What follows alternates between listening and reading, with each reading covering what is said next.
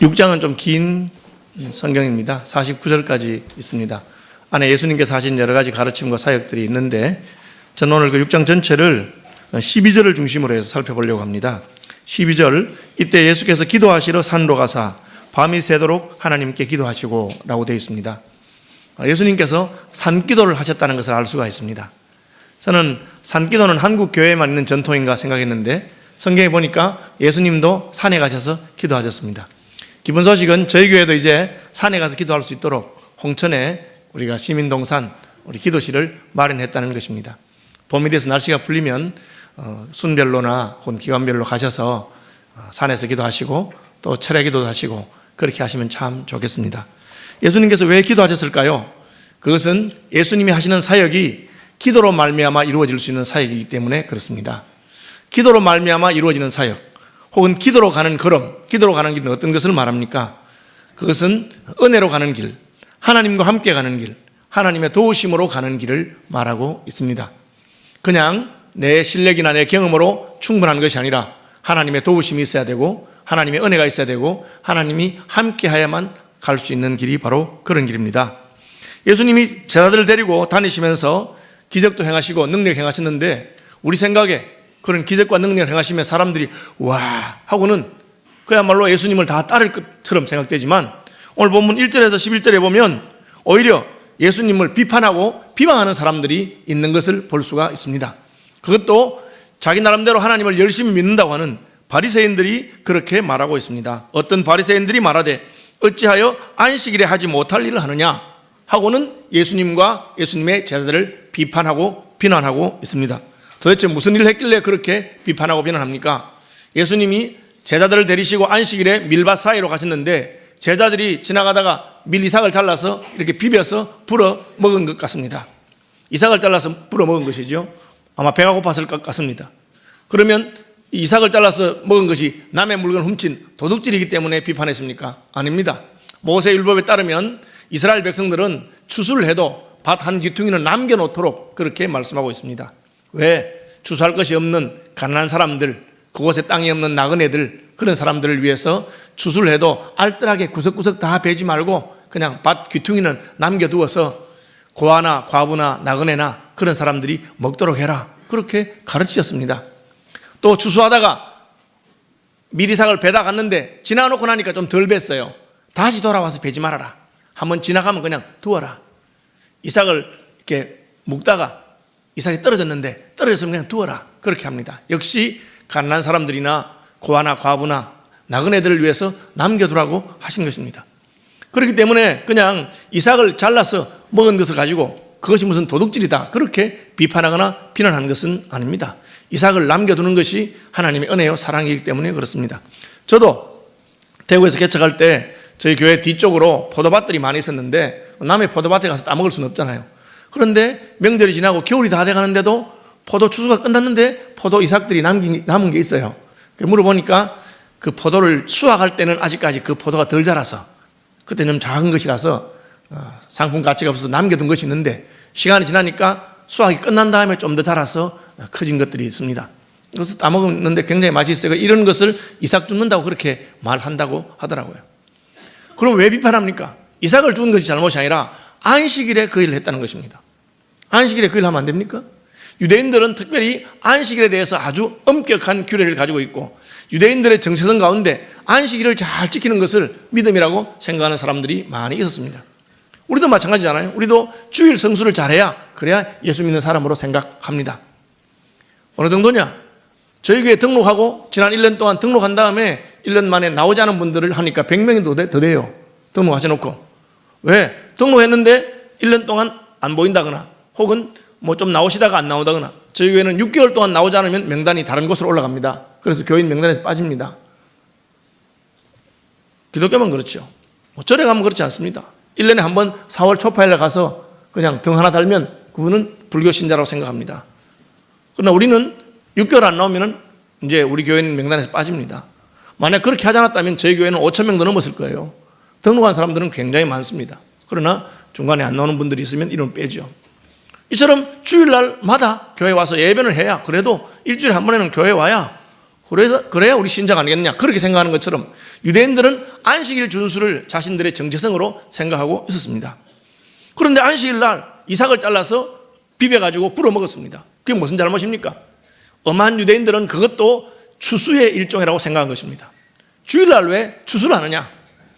그것은 안식일을 범하는 것이다. 그렇게 생각한 것이죠. 예수님께서 뭐라고 말씀하십니까? 다윗은 그러면 그렇게 말하고 있습니다.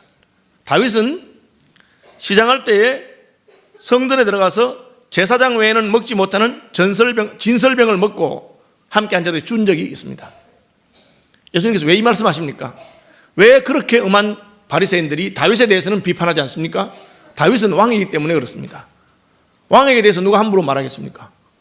하나님이나 왕에게 대해서 꾸준함하시죠. 그러니까 다윗을 책망한 사람은 하나님의 명령을 받은 선지자만 가서 책망한 것입니다. 다윗은 바리새인들의 권위 아래에 있지 않습니다. 자기들보다 더 높은 자리에 있으니까 비판하지 않은 것이죠. 예수님이 그 말씀한 것입니다. 다윗에 대해서는 왜 안 말하지 않느냐?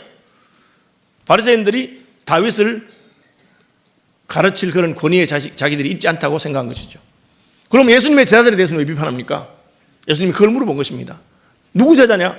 내 제자다. 누가 가르칩니까? 예수님이 가르칩니다.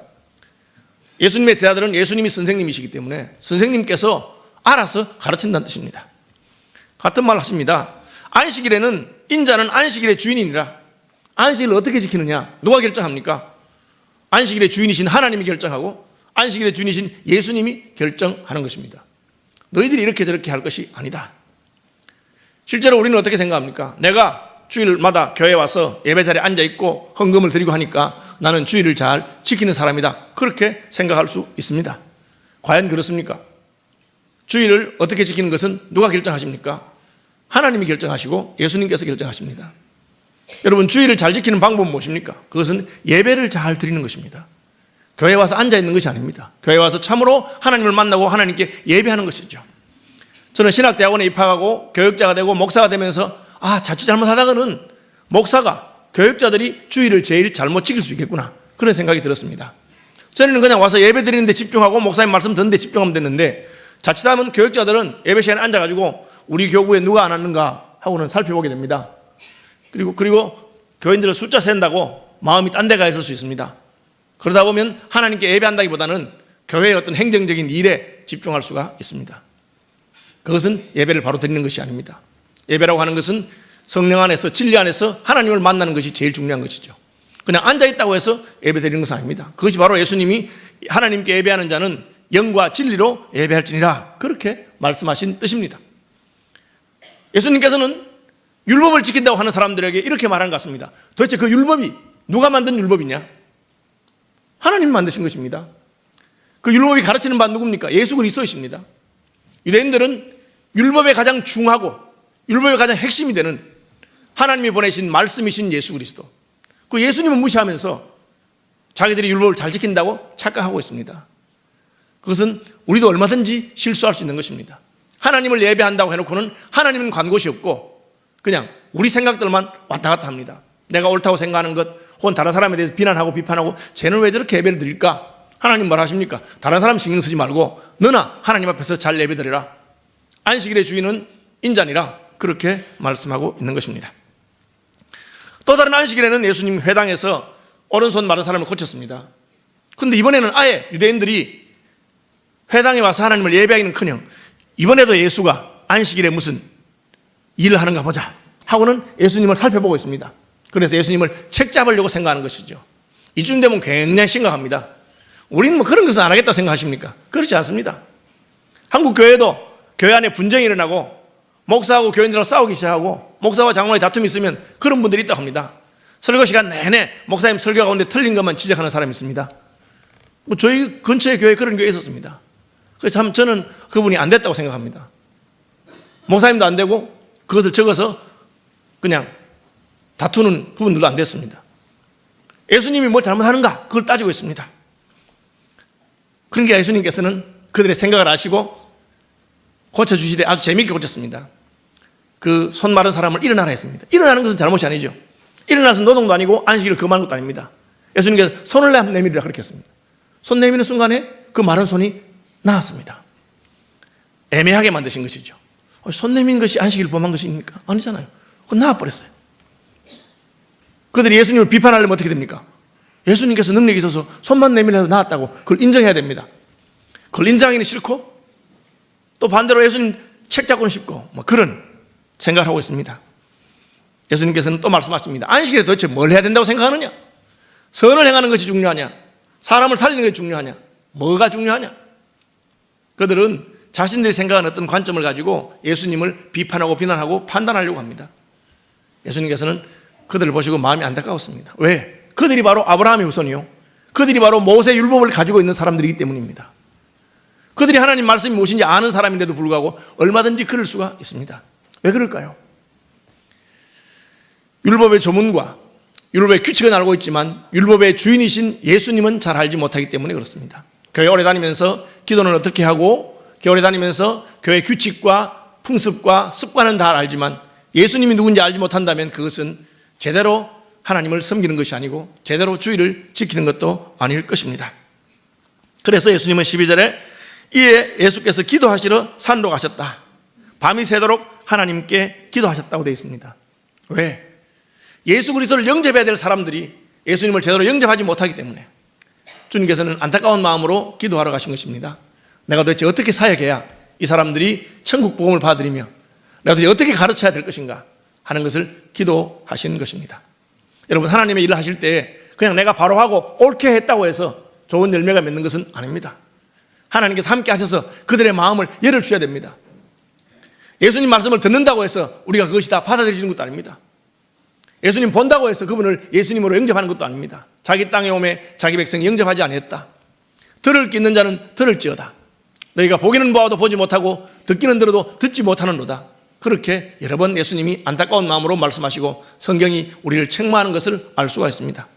어떻게 해야 들으면 깨닫고 어떻게 해야 보면 알 수 있습니까? 하나님의 은혜가 함께 해야 합니다. 하나님께서 우리를 깨우쳐 주셔야만 알 수 있는 것입니다.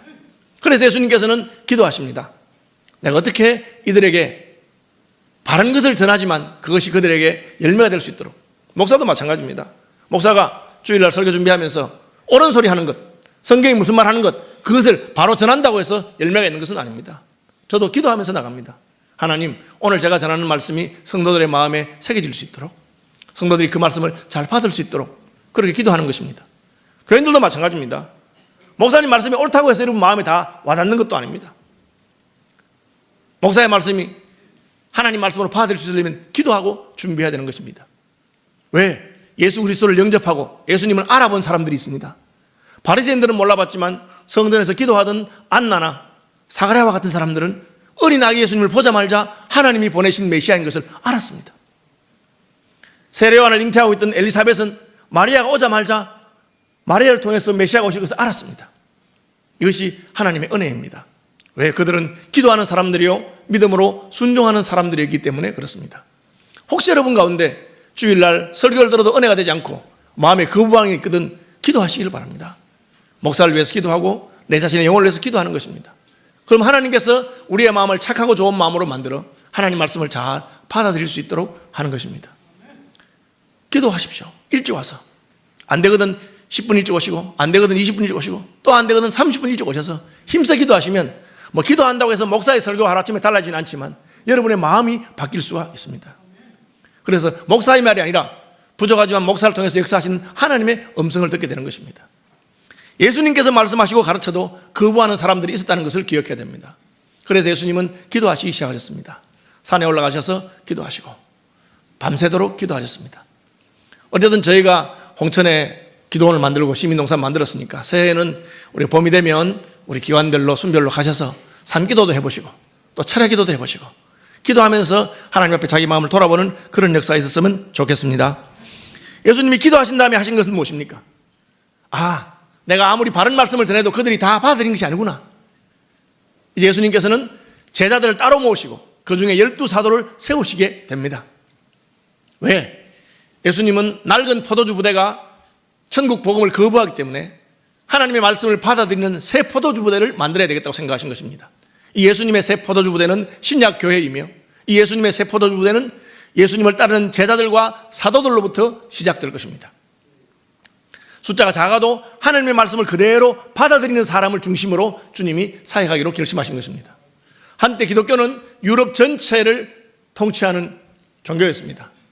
그러나 왜 종교개혁이 납니까? 겉으로는 교회 나가지만 하나님 말씀과 상관없이 바리새인들이 행한 것처럼 자기 생각으로 말씀을 거부하고 판단하는 그런 시대가 되었기 때문에 말씀으로 돌아오기 위해서 종교개혁을 일으키신 것이죠. 기도하신 예수님도 12 제자들을 택하시고 그들을 사도라고 칭하시고 그들을 중심으로 사역을 하게 된 것을 알 수가 있습니다. 예수님의 이 행동에서 우리는 어떤 것을 배울 수 있습니까? 우리도 사람을 선택하는 일에 있어서 기도하고 선택해야 되겠다 하는 것을 여러분 마음에 새기기 바랍니다. 특별히 아직 결혼 안 한 분들은 배우자를 결정할 때 충분히 기도하고 결정하시기를 바랍니다. 하나님께서 나를 위해서 보내신 분인가를 기도해야 됩니다. 이미 결혼하신 분들은 어떻게 하겠습니까? 물리지도 못하는 거고 그냥 남편을 위해서 아내를 위해서 기도하시면서 사시기를 바랍니다. 어쨌든 예수님은 기도하시고 12 제자를 부르셔서 사도로 세우신 것을 알 수가 있습니다. 혹시 사업을 하면서 동업해야 될 사람이 생겼다. 그때도 역시 충분히 기도하시고 하나님이 이 사람과 내가 함께 사업을 하길 원하는가를 물어보시길 바랍니다. 기관에서 회장을 세우거나 임원을 세울 때도 마찬가지입니다. 교회가 집사와 권사와 장로를 세울 때도 마찬가지입니다. 우리는 기도하고 세우는 것입니다. 그래서 미리 공동회를 미리 말합니다. 몇 주 후에 공동회 있으니 기도하면서 준비하시라고. 하나님이 세우신 사람을 세워야 하는 것입니다. 인사관리는 하나님이 하신다. 하나님께서 세운 사람과 함께 사역해야 된다. 그것이 예수님께서 보여주신 것입니다. 기도하신 다음에 예수님에게 어떤 일이 있습니까? 수많은 사람들이 예수님께 오기 시작했습니다. 예수님께서는 자기 말을 듣지 않는 바리새인들과 그리고 유대인들을 포기하고 제자들 중심으로 사역했습니다. 그렇다고 해서 사람이 죽은 것이 아닙니다. 유대 사방과 예루살렘과 심지어 이방인들의 땅인 두로와 시돈의 해안로부터 온 많은 백성들이 있었습니다. 예수님께 왔을 때 어떤 일이 있습니까? 더러운 귀신에게 고난받는 자들로 고침을 받았다. 예수의 말씀도 듣고 병고침도 받았다. 예수님 말씀과 함께 병고치는 능력이 나타나기 시작했습니다. 심지어 19절에는 온 무리가 예수를 만지려고 힘쓰니 이는 능력이 예수께로부터 나와서 모든 사람이 사람을 낫게 함이로라. 여기 특이한 것은 모든 사람을 낫게 했다. 여러분 어쩌다가 낫는 사람이 있었다. 그런 것만 해도 감사한 일이죠. 저도 기도해서 병고침 받은 적도 있고 기도해서 다른 형제들이 하나님의 은혜를 경험하게 한 그런 경험이 있습니다. 그러나 모든 사람이 낫게 하는 것은 쉬운 일이 아니겠죠. 모든 사람이 병고침을 받았다고 하고 있습니다. 왜? 예수님이 밤이 새도록 기도하시고 하나님의 인도를 구하고 하나님이 기뻐하는 길로 갈 때 하나님께서는 예수님을 늘 사용하시고 예수님이 기도하는 것마다 심지어 예수님을 만지기만 해도 나음받는 그런 역사가 있기 때문입니다. 누가 하는 것입니까? 하나님께서 하시는 것입니다. 하나님의 은혜가 함께 할 때 가능한 것입니다. 여러분의 삶 가운데 하나님이 함께 하시길 바랍니다. 하나님의 은혜가 함께하고 하나님의 능력이 함께하면 역사가 나타납니다. 어떻게 하나님이 함께합니까? 우리가 주님을 가까이 하면 주님도 우리를 가까이 하신다고 했습니다. 그것이 무엇입니까? 기도하는 것입니다. 주님께 나아가는 것입니다. 주님의 음성을 듣는 것입니다. 그리고 주님에게 아뢰는 것입니다. 우리는 그것을 교제라고 하죠. 교제. 성경적인 용어는 교통입니다. 성령의 교통하심. 주님과 교통하는 것입니다. 기도하는 시간은 주님을 만나는 시간이고 주님과 교통하는 시간입니다. 그래서 깊은 기도의 자리에 들어갈 수 있도록 저는 2018년에 저희 교회가 교구별로 기도하게 된 것을 기쁘게 생각합니다. 제가 특별히 이렇게 목회에 대해서 잘 훈련되어 있고 교회를 어떻게 움직여야 돼 그런 걸 잘하는 사람은 아닙니다. 그러나 저도 30 몇 년 동안 목회하면서 하나님께서 제게 주신 은혜가 있습니다. 그래서 하나님이 제가 부족하면 가르쳐 주세요. 그리고 올해는 2018년도를 준비하면서 우리 교역자들하고 같이 모여서 언어하는 하나님이 올해는 그냥 전 교인들이 같이 모여서 기도하는 시간을 갖는 게 좋겠다. 하나님 그런 마음을 주셨어요. 그래서 우리가 지난 3주간 동안 같이 기도했는데 저는 참 좋았어요. 여러분들 어떤지 모르겠습니다. 그러나 교회에 와서 같이 우리 구역 식구들끼리 교구 식구들이 같이 또 목사님과 장로님들이 함께 기도하는 것 하나님이 아주 기뻐하는 줄로 압니다. 평소에 못 하신 분들은 이번 기회에 기도하는 훈련해가지고 혼자 있을 때도 기도하고 가정에서도 기도하고 그런 훈련을 받으시는 기회가 되시기를 바랍니다. 그 다음에 예수님께서 기도하신 다음에 뭐라고 하십니까? 20절부터 끝까지 예수님의 가르침이 있는데 이 가르침은 17절에 보시면 예수께서 그들과 함께 내려오사 평지에 서시니 이 평지의 가르침입니다. 마태복음에는 산에 오르시니 예수께서 무리를 보시고 산에 올라가 앉으시니라고 되어 있습니다. 비슷한 내용이 있는데 예수님이 비슷한 내용을 한 번은 산 위에서 하시고 한 번은 평지에서 하셨어요. 그래서 산상수훈, 평지수훈 그렇게 할 수 있습니다. 비슷한 내용인데 왜 다른 곳에 하셨습니까? 깨달을 때까지 반복해서 가르치는 거죠. 예수님은 같은 말씀을 두 번, 세 번 반복해서 가르치기도 하셨습니다. 왜? 어떤 말씀은 쉽지 않습니다. 우리가 그 내용을 보면 예수님께서 왜 그렇게 하시는가 알 수 있습니다. 그 내용이 과격합니다. 그 내용이 그냥 호락호락한 내용이 아닙니다. 여러분 예수 믿으세요? 예수 믿고 부자 되세요? 얼마나 쉬운 내용입니까? 얼마나 우리 마음에 속속 듭니까? 예수 믿고 건강하세요? 얼마나 좋습니까? 하나님이 우리를 복 주시는 분이니까 건강하고 부유한 것 나쁠 것도 없고 좋습니다. 그렇지만 어떤 말씀은 쉽지 않습니다. 무릇 그리스도 예수 안에서 경건하게 살고자 하는 자는 핍박을 받을 것이다. 누구든지 나를 따르려거든 자기를 부인하고 자기 십자가를 지고 나를 좇을 것이니라. 그런 말씀은 쉽지 않습니다. 오늘 본문에도 예수님께서 기도하고 전하신 말씀이 있는데 무엇입니까? 너희 가난한 자는 복이 있나니 하나님 나라가 너희 것이며. 아마 예수님을 따르는 사람 가운데 가난한 사람들이 많았던 것 같습니다. 어떻게 생각합니까? 제발 예수 믿어서 한번 부자 되면 좋겠다 그런 생각하지 않겠어요? 근데 예수님 그렇게 말씀하지 않고 너희 가난한 자들이 복이 있다. 왜 가난한데 복이 있습니까? 그 뒤에 말씀하십니다. 하나님의 나라가 너희의 것임이기 때문이다. 여러분 믿음으로 이 말씀 받으시길 바랍니다. 비록 내가 가난해도 하나님의 나라가 우리의 것일 때 우리는 복 있는 사람입니다. 가난해서 복이 없거나 가난해서 슬프거나가 아닙니다. 하나님의 나라를 알지 못하는 것이 슬프고 하나님 나라를 가지지 못하는 것이 슬픈 일입니다.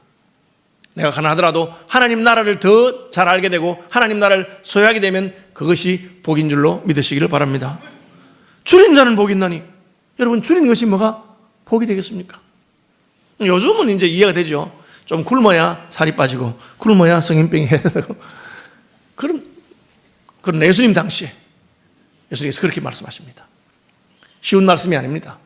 우리가 어떻게 이런 말씀을 믿음으로 받을 수 있고 어떻게 이런 말씀을 증거할 수 있습니까? 오늘날은 목회자들도 교인들이 듣기 싫어하는 말 하면 교인들이 싫어합니다. 귀에 속속 들어오는 좋은 말씀을 해야 됩니다. 성경이 뭐라 합니까? 말세가 되면 사람들이 자기 귀를 즐겁게 하는 선생을 좋아한다 그랬습니다. 바른 말 하면 싫습니다. 그러나 기도하는 사람은 하나님 기뻐하는 말을 합니다. 나단 선지자는 다윗 왕에게 가서 그의 죄를 책망하고 충성스러운 부하를 죽이고 간통한 것에 대해서 하나님의 심판을 선포합니다. 그것이 기도하는 사람들이 할 수 있는 것입니다. 그리고 기도하는 사람들만이 그런 말씀을 받아들일 수가 있습니다. 인자로 말미암아 사람들이 너희를 미워하고 멀리하고 욕하고 너 이름을 악하다 하여 버릴 때 너희 복이 있도다. 무엇이 복입니까? 예수님 때문에 고난받는 것이 복이요. 가난해도 천국을 누리는 것이 복이요. 사람들이 알아주지 않아도 하나님이 알아주는 것이 복이다. 여러분 그렇게 잘 됩니까? 기도하면 됩니다. 여러분 기도해야 내가 들은 하나님의 말씀이 내 것으로 소화되는 줄로 믿으시기를 바랍니다. 이것이 가치관의 변화입니다. 예수 믿어도 여전히 세속적인 가치관, 유교적인 가치관, 세상의 가치관을 그대로 가지고 있으면서 다른 종교에서 주지 못하는 것을 교회에 와서 교회가 더 영험이 있더라 그런 식으로 받아들이는 것이 기독교인 되는 것이 아닙니다. 교회에 오면 하나님께서 우리의 생각을 뒤집어 엎어버리십니다. 그래서 내가 전에 귀중하게 생각하던 것을 이제는 다 배설물과 같이 여기게 되었다. 나는 부유하거나 가난한 것에 마음이 없다. 부유하든지 가난하든지 오직 주님만이 내게 존귀하고 귀하다. 나는 가난해도 부유하며 부유해도 가난하다. 부유함과 가난함의 일체의 비결을 배웠다. 그것이 바로 바울이 예수님 만나고 변화되고 깨달은 바입니다. 어떻게 됩니까? 기도함으로 하나님의 말씀이 내 것으로 소화될 때 가능합니다. 몰라서가 아니라 들은 말씀이 진짜 나의 것이 될 수 있기를 바랍니다. 여러분 주님께서 복 주시는 것이 왜 나쁘겠습니까? 부자 되는 것이 왜 싫겠습니까? 그렇게 해서 복 받은 대로 나누며 사는 것이 얼마나 좋습니까? 그러나 복을 받든지 안 받든지 주님이 우리의 복이며 천국이 우리의 복인 것을 누리는 분들이 되시길 바랍니다. 그것은 기도해야 됩니다. 얼굴이 훤합니다. 사업이 잘 되는구나. 자식들이 잘해주는구나. 그렇게 훤한 건 누가 못하겠습니까? 집안이 어려워지고 자녀들이 애를 먹이고 말할 수 없는 고통 가운데 있습니다. 누가 생각해도 저 사람의 얼굴이 그냥 완전히 찡그러져 있어야 되는데 그 얼굴이 빛납니다. 왜 그렇습니까? 하나님의 은혜로 말미암아 세상의 어떤 고난이 나를 흔들지 못하는 천국 백성이 되었기 때문에 그런 은혜는 기도하면서 받는 줄로 믿으시기를 바랍니다. 그 다음 뭐라 하십니까? 27절 이하에 원수를 사랑하며 너희를 미워하는 자를 선대하라. 여러분, 미워하는 사람은 어떻게 선대하겠습니까? 저는 목사인데도 잘 안 되더라고. 죄송합니다. 제가 목사임에도 불구하고 나한테 와서 빵긋빵긋 웃고 나한테 잘해주는 교인이 예뻐요. 그죠? 나만 보면 욕하고 비판하고 그런 사람들은 미워요. 심지어 어떤 목사님들은 저런 교인 안 데려가나? 하나님 뭐 하시나? 그런 생각이 드는 분도 있다고 말합니다. 인간이 그럴 수 있죠. 그런데 성경은 뭐라고 하십니까? 원수를 사랑해라. 미워하는 자를 선대해라. 대적을 위해서 기도해라. 여러분, 북한의 김정은이 위해서 기도가 잘 되십니까? 기도는커녕 저 돼지는 왜 안 데려가나? 그런 생각이 들지 않습니까? 저는 목사인데도 왜 그렇게 참 기도가 잘 안 되는 거 모르겠어요. 그죠? 예수님 뭐라고 하십니까? 그거 진짜 하나님 앞에서 우리가 낮아지고 하나님 앞에서 내 생각이 바뀔 때 됩니다. 이것은 인간관계의 변화를 말합니다.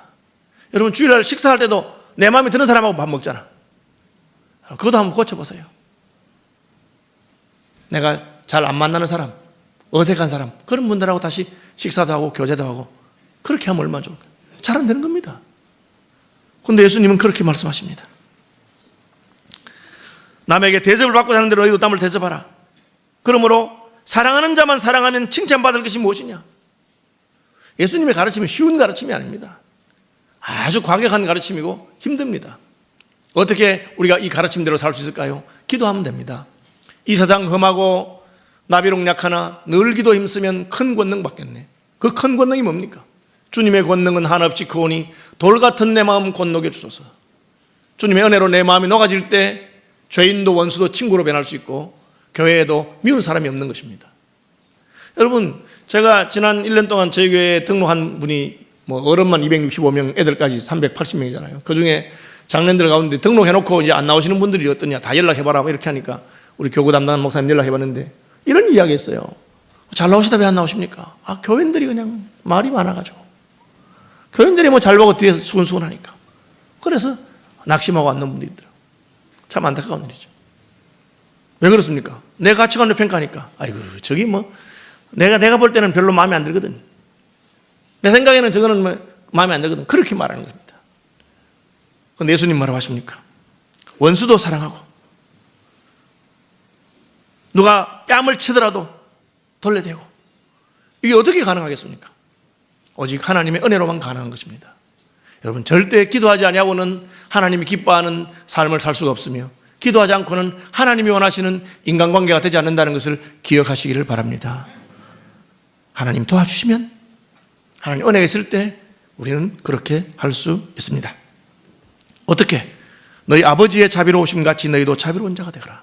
하나님이 나 같은 죄인도 사랑하시고 용납하신 것을 기억하고 기도하면서 나도 하나님의 사랑과 자비를 나타내는 사람이 되시기를 바랍니다.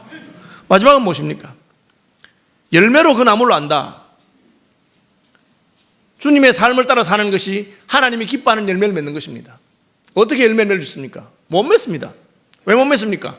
나는 사과나무가 아닌데 어떻게 사과를 맺으며, 나는 포도나무가 아닌데 어떻게 포도를 맺겠습니까? 나는 좋은 나무가 아닌데 어떻게 좋은 열매를 맺겠습니까? 내가 좋은 열매를 맺고 사과나무를 맺고 사과를 맺고 포도를 맺는 것은 내가 나무가 되어야 됩니다. 그게 주님이 하신 말씀입니다. 먼저 인간이 되어라, 그 말이죠. 먼저 하나님의 사람이 되어야만 하나님이 기뻐하는 일을 할 수 있습니다. 그런데 어떻게 하나님의 사람이 되고 하나님이 기뻐하는 사과나무가 되고 하나님이 기뻐하는 포도나무가 될 수 있습니까? 하나님께 붙어 있어야 됩니다. 우리가 하나님께 붙어 있게 하는 것이 무엇입니까? 하나님과 교제와 교통입니다. 그것이 바로 기도입니다. 여러분, 기도할 때 주님을 닮아가는 줄로 믿으십시오. 기도해야 주님과 하나가 됩니다. 우리 믿음의 선배들은 기도를 영혼의 호흡이라고 그랬어요. 우리가 살아있으려면 숨을 쉬어야 됩니다. 여러분, 숨 쉬는 것이 쉽습니까? 쉬지 않는 것이 쉽습니까? 해보면 됩니다. 숨 쉬지 않는 것이 쉬운 분들은, 숨 쉬는 게 힘든 분들은 아픈 사람들입니다. 숨 쉬는 게 힘들어 죽겠어. 그러면 거의 가실 때가 다 된 겁니다. 굉장히 위험한 것이죠. 어지간하면 숨 쉬는 것이 안 쉬는 것보다 쉽습니다. 잘 때도 숨 쉽니다. 그것이 인간입니다. 여러분의 영혼이 살아있으려면 어떻게 됩니까?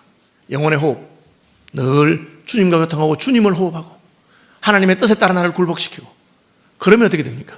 그러면 주님이 기뻐하시는 포도나무가 되고 주님이 기뻐하는 사과나무가 됩니다. 열매는 시간이 지나면 저절로 맺습니다.